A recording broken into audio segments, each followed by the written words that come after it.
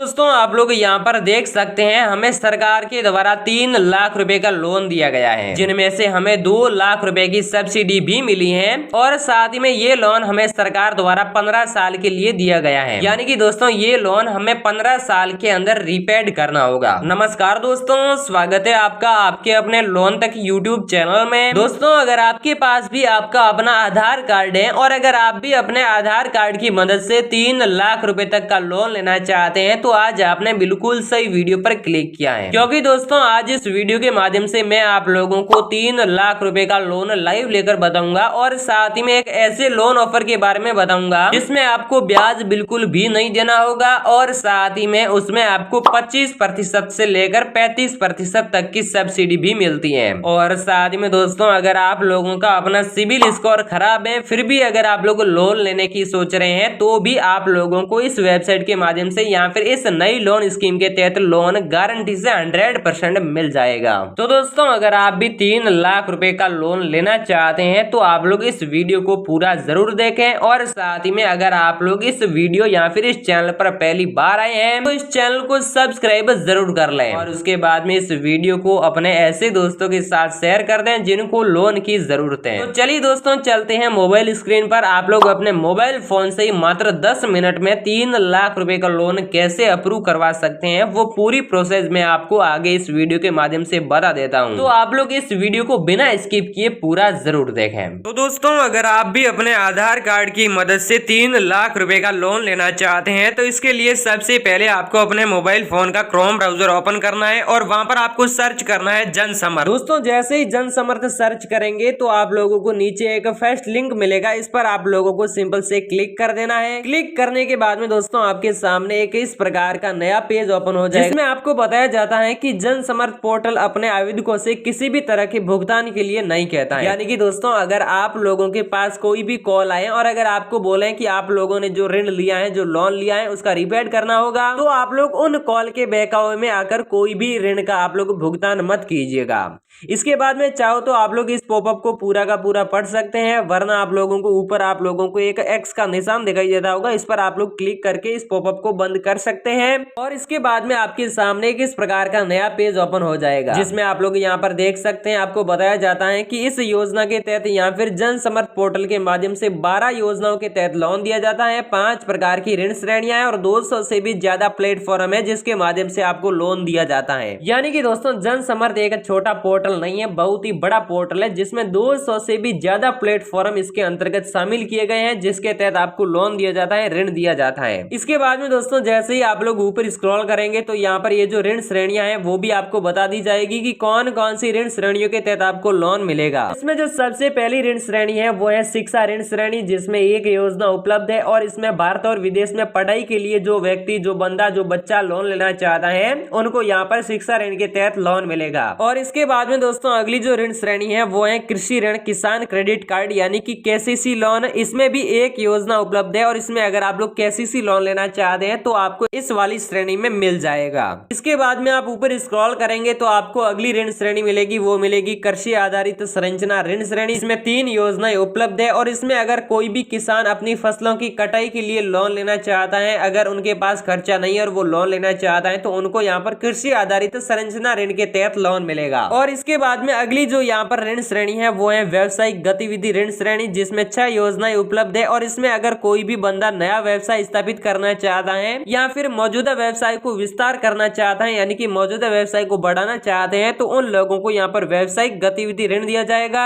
और ये एक आसान ऋण प्रक्रिया है, इसमें हर कोई बंदा लोन ले सकता है। इसके बाद में आप लोग जैसे ही ऊपर स्क्रॉल करेंगे तो अगली जो ऋण श्रेणी मिलेगी वो आपको मिलेगी आजीविका ऋण श्रेणी, जिसमें एक योजना उपलब्ध है और इसमें व्यक्तियों और स्वयं सहायता समूह को लोन दिया जाता है। तो दोस्तों इस वीडियो में मैं आप लोगों को आज जो लोन लेकर बताने वाला हूँ लाइव वो बताऊंगा व्यवसायिक गतिविधि ऋण, यानी कि दोस्तों आप लोग व्यवसाय करने के लिए जो लोन लेना चाहते हैं वो लोन आप लोग कैसे ले सकते हैं। और साथ ही में दोस्तों आपको जो व्यवसायिक गतिविधि ऋण मिलेगा ये एक आसान ऋण है जिसमें 6 योजनाएं उपलब्ध करवाई गई है और ये आपको तुरंत लोन मिल जाएगा। दोस्तों ये लोन लेने के लिए सबसे पहले आपको एक नीचे ऑप्शन मिलता होगा पात्रता की जांच करें, आपको इस पर क्लिक कर देना है। क्लिक करने के बाद में आपके सामने इस प्रकार का नया पेज ओपन हो जाएगा जिसमें आपसे कुछ सवाल पूछे जाते हैं, उनके आपको आंसर देने होंगे। तो इसमें आपको पहला सवाल पूछा जाएगा कि एक उपयुक्त विकल्प विकल्प का चयन करें जो हमें आपके लिए बेहतर योजना का चुनाव करने में मदद करें। यानी कि आपको यहाँ पर बताना है कि आप लोग जो लोन लेना चाहते हैं वो किस प्रकार से व्यवसाय को शुरू करने के लिए लेना चाहते हैं, वो आप लोगों को यहाँ से सिलेक्ट कर लेना है। जैसे कि अगर आप लोग हथकरघा बुनकर के लिए ऋण लेना चाहते हैं तो आपको इस वाले ऑप्शन पर टिक लगा देना है। मैनुअल सफाई कर्मियों के लिए ऋण लेना चाहते हैं तो इस वाले ऑप्शन पर आपको टिक लगा देना है। और अगर आप लोग सड़क विक्रेता या फिर फेरी वाले के लिए ऋण लेना चाहते हैं तो यहाँ पर, और अगर आप लोग ऐसा व्यवसाय शुरू करना चाहते हैं जिनके बारे में आप लोग इस पोर्टल को नहीं बताना चाहते हैं तो आप लोग अन्य व्यावसायिक लोन के ऑप्शन पर आप लोग क्लिक कर सकते हैं। और इसके बाद में दोस्तों आप लोगों को थोड़ा सा फिर से ऊपर स्क्रॉल करना है और अगला आपको जो सवाल पूछा जाता है वो पूछा जाता है कि आप किस प्रकार की व्यवसायिक गतिविधि कर रहे हैं या फिर करने का प्रस्ताव रख रहे हैं। यानी दोस्तों आप लोग कोई भी व्यवसाय के लिए लोन लेना चाहते हैं तो आप लोग नया व्यवसाय शुरू करना चाहते हैं या फिर मौजूदा व्यवसाय को बढ़ाना चाहते हैं, वो आपको इनमें से बताना है। तो दोस्तों हम नया व्यवसाय शुरू करने जा रहे हैं इसलिए हम इस वाले ऑप्शन को चूज कर लेते हैं। इसके बाद में दोस्तों आपको फिर से ऊपर स्क्रॉल करना है। आपको अगला सवाल पूछा जाएगा कि क्या आपने कक्षा 8वीं पास कर ली है। दोस्तों अगर आपने कक्षा 8वीं पास कर ली है तो हाँ को सिलेक्ट करना है, नहीं करी है तो आपको नहीं को सिलेक्ट कर लेना है। और उसके बाद में दोस्तों जैसे ही आप ऊपर स्क्रॉल करेंगे तो ये वाला सवाल आपको ध्यान से समझना होगा, सुनना होगा, क्योंकि इसी में ही आप लोगों को छूट मिलती है ज्यादा और इसी में ही आपको कम छूट मिलती है। तो दोस्तों इसमें आपको ये पूछा जाता है कि क्या आपने ईडीपी प्रशिक्षण लिया है। तो यहाँ पर दोस्तों मैं बता देना चाहता हूँ कि जिन लोगों ने ईडीपी प्रशिक्षण लिया है उनको 35% तक की लोन के पीछे छूट यानी कि सब्सिडी मिलेगी, और जिन लोगों ने ईडीपी प्रशिक्षण नहीं लिया है उन लोगों को 25% तक की यहाँ पर लोन में छूट मिलेगी। जैसे कि अगर आप 1 लाख रुपए का लोन लेते हैं तो जिन लोगों ने ईडीपी प्रशिक्षण लिया है उनको 35,000 रुपए की छूट मिलेगी, और जिन लोगों ने ईडीपी प्रशिक्षण नहीं लिया है उनको 1 लाख रुपए के पीछे 25,000 रुपए की ही छूट मिलेगी। तो दोस्तों अगर आपने ईडीपी प्रशिक्षण ले लिया है तो हाँ को सिलेक्ट कर ले, और अगर आप लोगों ने ईडीपी प्रशिक्षण नहीं लिया है तो आप हमें कमेंट में बता सकते हैं। हम आपकी पूरी सहायता करेंगे कि आप लोग ईडीपी प्रशिक्षण कैसे ले सकते हैं। अगर आप ईडीपी प्रशिक्षण लेंगे तो आप लोगों को यहाँ पर लोन में काफी ज्यादा सब्सिडी यानी कि छूट मिल सकती है। इसके बाद में आपको फिर से ऊपर स्क्रॉल कर लेना है। स्क्रॉल करने के बाद में आपको यहाँ पर पूछा जाएगा कि अपने व्यवसाय की प्रकृति का चयन करें। यानी दोस्तों आप लोग जो व्यवसाय शुरू कर रहे हैं वो किस प्रकार की प्रकृति से है या फिर किस प्रकार की सेवा से संबंधित है। उत्पादन से संबंधित है तो भी आप लोग बता सकते हैं, व्यावसायिक सेवा से संबंधित है तो भी आप लोग बता सकते हैं, व्यापार से संबंधित है तो भी आप लोग यहाँ पर बता सकते हैं। तो दोस्तों हम जो व्यवसाय शुरू कर रहे हैं वो व्यावसायिक सेवा से संबंधित है इसलिए हम इस वाले ऑप्शन को चूज कर लेते हैं। इसके बाद में हम फिर से ऊपर स्क्रॉल कर लेते हैं। स्क्रॉल करने के बाद में आपको यहाँ पर बताना होगा कि आपका लिंग कौन सा है, आप पुरुष हो या फिर महिला हो, वो आपको यहाँ से सिलेक्ट कर लेना है और फिर से आपको ऊपर स्क्रॉल कर लेना है। अगला आपको सवाल पूछा जाएगा या फिर आप लोगों को सामाजिक श्रेणी को चुनने के लिए बोला जाएगा कि आप लोग कौन से वर्ग से हैं, आम वर्ग से, अन्य पिछड़ा वर्ग से, SC ST से हैं या फिर अल्पसंख्यक से हैं, वो आपको यहाँ से सिलेक्ट कर लेना है। इसके बाद में जैसे ही आप ऊपर स्क्रॉल करेंगे तो अगला आपको पूछा जाएगा या फिर आपको बताना होगा कि क्या आप भूतपूर्व सैनिक हैं या फिर शारीरिक रूप से विकलांग हैं। दोस्तों अगर आप लोग भूतपूर्व सैनिक हैं या फिर शारीरिक रूप से विकलांग है तो हाँ के ऑप्शन को सिलेक्ट कर लेना है, और अगर आप लोग भूतपूर्व सैनिक या फिर शारीरिक रूप से विकलांग नहीं है तो आपको नई वाले ऑप्शन को सिलेक्ट कर लेना है। इसके बाद में आपको फिर से ऊपर स्क्रॉल करना होगा और यहाँ पर आपको एक बड़ा सवाल पूछा जाएगा, इसको आपको ध्यान से समझना होगा। तो दोस्तों इसमें आपको ये पूछा जाता है कि क्या आप पूर्वोत्तर क्षेत्र, उत्तराखंड, हिमाचल प्रदेश, जम्मू और कश्मीर राज्यों, अंडमान और निकोबार द्वीप समूह और लक्षद्वीप पहाड़ी क्षेत्रों या फिर जनजातीय क्षेत्रों में स्थित है। तो दोस्तों आपको जो भी यहाँ पर क्षेत्र पूछे गए हैं अगर आप लोग इन क्षेत्र में से हैं तो आप लोग हाँ को सिलेक्ट कर लें, और अगर आप लोग इन वाले क्षेत्रों में से नहीं है तो आप लोग कौन से क्षेत्र में रहते हैं वो आप हमें कमेंट में जरूर बता दें। इसके बाद में दोस्तों आपको फिर से ऊपर स्क्रॉल करना है और यहाँ पर आपको बताना है कि आप लोग कौन से स्थान में रहते हैं, जैसे कि शहरी इलाके में रहते हैं या फिर ग्रामीण इलाके में रहते हैं, वो आपको यहाँ पर बता देना है। तो हम शहरी इलाके में रहते हैं इसलिए हम इस वाले ऑप्शन को सिलेक्ट कर लेते हैं। और इसके बाद में आपको फिर से थोड़ा ऊपर स्क्रॉल कर लेना है और यहाँ पर आपको बताना है कि आवेदक यानी कि लाभार्थी के प्रकार का चयन करें। यानी दोस्तों आप लोग जो व्यवसाय शुरू कर रहे हैं वो पार्टनरशिप में कर रहे हैं या फिर आपका खुद का व्यवसाय शुरू कर रहे हैं, वो आपको यहाँ पर बता देना है। तो हम ये जो व्यवसाय शुरू कर रहे हैं वो हमारा खुद का है तो इसलिए हम व्यक्ति के ऑप्शन को सिलेक्ट कर लेते हैं। इसके बाद में आपको फिर से थोड़ा ऊपर स्क्रॉल कर लेना है और इसमें आपको बताना है कि आप लोग जो व्यवसाय शुरू कर रहे हैं उनमें टोटल पैसे कितने लगेंगे। जैसे कि यहाँ पर आप लोगों का जो बिजनेस शुरू कर रहे हैं उसमें अगर आपका 10 लाख रुपए लगता है तो भी आपको यहाँ पर बताना है, 7 लाख रुपए लगता है तो भी आपको यहाँ पर बताना है।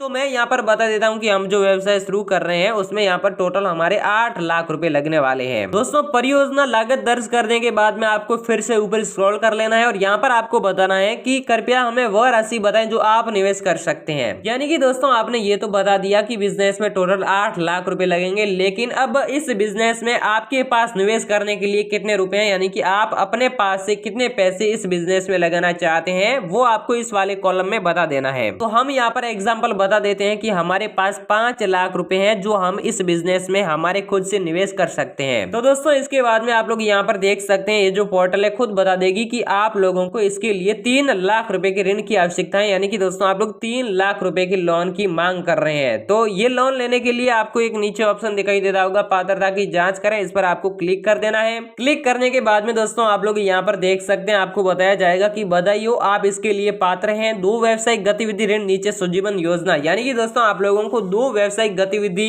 योजना के तहत आपको लोन दिया जाता है। तो इसमें अब हम जानते हैं कि 2 योजनाएं कौन सी हैं जिसके माध्यम से हमें लोन मिलता है। तो इसमें पहली योजना है प्रधानमंत्री मुद्रा योजना, यानी कि PMMY, जिसमें आपको 3 लाख रुपए का लोन दिया जाता है और साथ ही में इसमें आपको 6,370 रुपए EMI पे करनी होगी। और इसमें ऋण अवधि के बारे में अगर हम बात करें तो इसमें आपको 5 साल की ऋण अवधि मिलती है। और दूसरी योजना के बारे में अगर हम बात करें तो यहाँ पर आप लोग देख सकते हैं, दूसरी योजना है PMEGP, यानी कि प्रधानमंत्री रोजगार सृजन कार्यक्रम। इसमें भी आप लोगों को 3 लाख रुपए का लोन दिया जाता है और इसमें आपको 2 लाख रुपए की सब्सिडी भी दी जाती है, यानी कि सरकार के द्वारा आपको 2 लाख रुपए फिर से दिए जाएंगे, यानी कि इसमें आपको रीपेड सिर्फ 1 लाख रुपए ही करने होंगे। और इसके बाद में दोस्तों आप लोग इसकी जो ऋण अवधि है अधिकतम 15 साल तक ले सकते हैं और इसमें आप लोगों को 3040 रुपए मासिक EMI मिनिमम यहाँ पर पे करनी होगी। तो दोस्तों बहुत सारे लोगों की कमेंट आते हैं कि अगर हम 15 साल से इनको जो मासिक EMI इनको मल्टीप्लाई करें तो काफी ज्यादा पैसे बन जाते हैं। तो दोस्तों उन लोगों को मैं बता देना चाहता हूं कि इसमें सिर्फ यही बताया जाता है कि आप लोगों को इसमें ऋण अवधि अधिकतम 15 साल की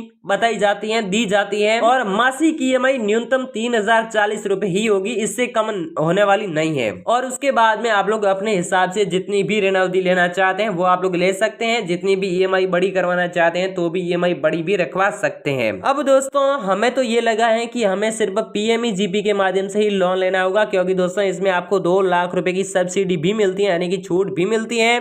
तो अब हम बात करेंगे कि आप लोगों को PMEGP योजना के तहत ऋण कैसे मिलेगा। तो दोस्तों ये ऋण लेने के लिए सबसे पहले आप लोगों को नीचे एक ऑप्शन मिलेगा आवेदन करने के लिए, लॉगिन करें, इस पर आपको क्लिक कर देना है। लेकिन इनसे पहले दोस्तों आपने जो भी जानकारी डाली है उनमें से अगर आप कुछ भी संपादित करना चाहते हैं तो भी आप लोग यहाँ से संपादित कर सकते हैं। तो हम यहाँ पर आवेदन करने के लिए लॉगिन करें के ऑप्शन पर क्लिक कर देते हैं। क्लिक करने के बाद में दोस्तों आपके जो मोबाइल नंबर है वो मोबाइल नंबर आपको यहाँ पर दर्ज कर देने हैं। दर्ज करने के बाद में दोस्तों यहाँ पर आप लोग जो कैप्चा कोड देख रहे हैं वो कैप्चा कोड आपको इस वाले कॉलम में फिल कर देने हैं और इसके बाद में आपको यहाँ पर टिक लगा देना है। लेकिन दोस्तों टिक लगाने के बाद में आपके पास इस प्रकार का नया पॉपअप ओपन हो जाएगा जिसमें आपको स्क्रॉल डाउन करना है और यहाँ पर नेक्स्ट पर क्लिक करते जाना है। इस प्रकार से आप लोगों को यहाँ पर 3 प्रकार की परमिशन देनी होगी जिसे आप लोगों को स्क्रॉल डाउन करके सहमत करना होगा। और उसके बाद में दोस्तों आप लोग जो भी मोबाइल नंबर डालते हैं उस पर एक OTP भेजी जाएगी। वो OTP प्राप्त करने के लिए यहाँ पर आपको क्लिक करना होगा और इतना करने के बाद में दोस्तों आपका ये जो फॉर्म है ये सरकार के पास चला जाएगा या फिर दोस्तों बैंक में चला जाएगा और उसके बाद में बैंक से आपने जो भी मोबाइल नंबर डाले हैं उस पर कॉल आएगा कि क्या आपको लोन मिल सकता है या फिर नहीं मिल सकता है। वो सारी कुछ जानकारी वहां से चेक करेंगे और उसके बाद में दोस्तों आपको बैंक वहां पर बुलाएगी।